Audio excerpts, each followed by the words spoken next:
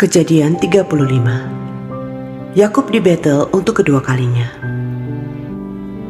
Allah berfirman kepada Yakub, "Bersiaplah, pergilah ke Betel, tinggallah di situ, dan buatlah di situ mezbah bagi Allah yang telah menampakkan diri kepadamu, ketika engkau lari dari Esau kakakmu."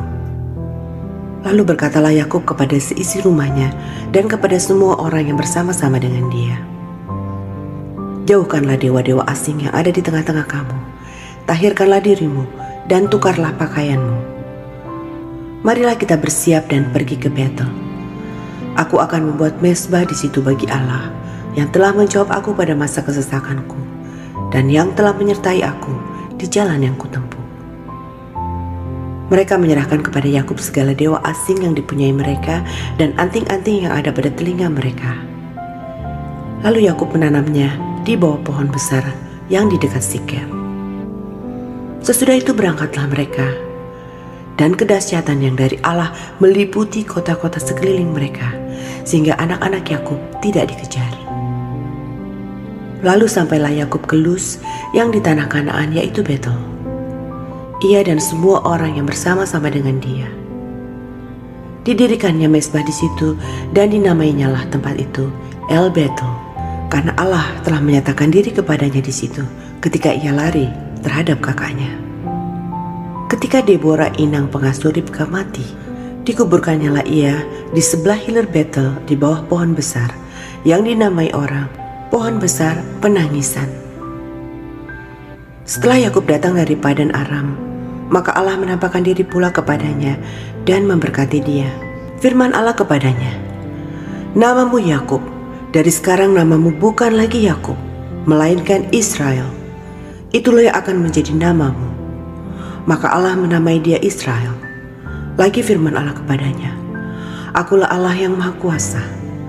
Beranak cuculah dan bertambah banyak, satu bangsa, bahkan sekumpulan bangsa-bangsa akan terjadi daripadamu dan raja-raja akan berasal daripadamu. Dan negeri ini yang telah kuberikan kepada Abraham dan kepada Ishak akan kuberikan kepadamu dan juga kepada keturunanmu." Lalu naiklah Allah meninggalkan Yakub dari tempat ia berfirman kepadanya. Kemudian Yakub mendirikan tugu di tempat itu, yakni tugu batu. Ia mempersembahkan korban curahan dan menuangkan minyak di atasnya. Yakub menamai tempat di mana Allah telah berfirman kepadanya Betel. Kelahiran Binyamin, Rahel mati. Sesudah itu berangkatlah mereka dari Betel, ketika mereka tidak berapa jauh lagi dari Efrata.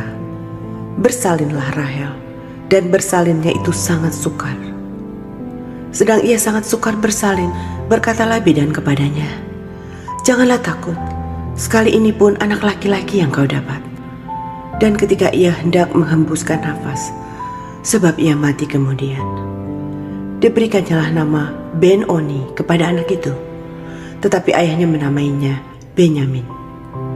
Demikianlah Rahel mati, lalu ia dikuburkan di sisi jalan ke Efrata, yaitu Bethlehem.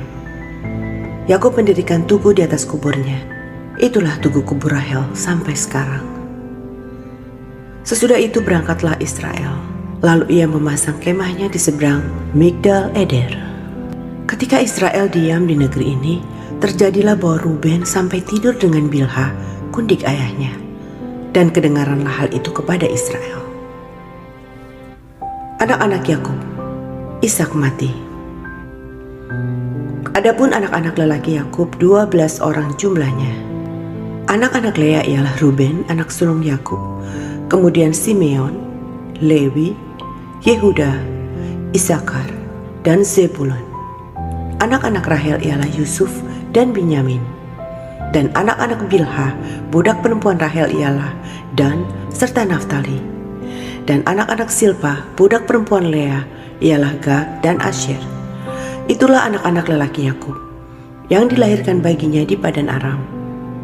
Lalu sampailah Yakub kepada Ishak ayahnya di Mamre dekat Kiryat Arba. Itulah Hebron, tempat Abraham dan Ishak tinggal sebagai orang asing.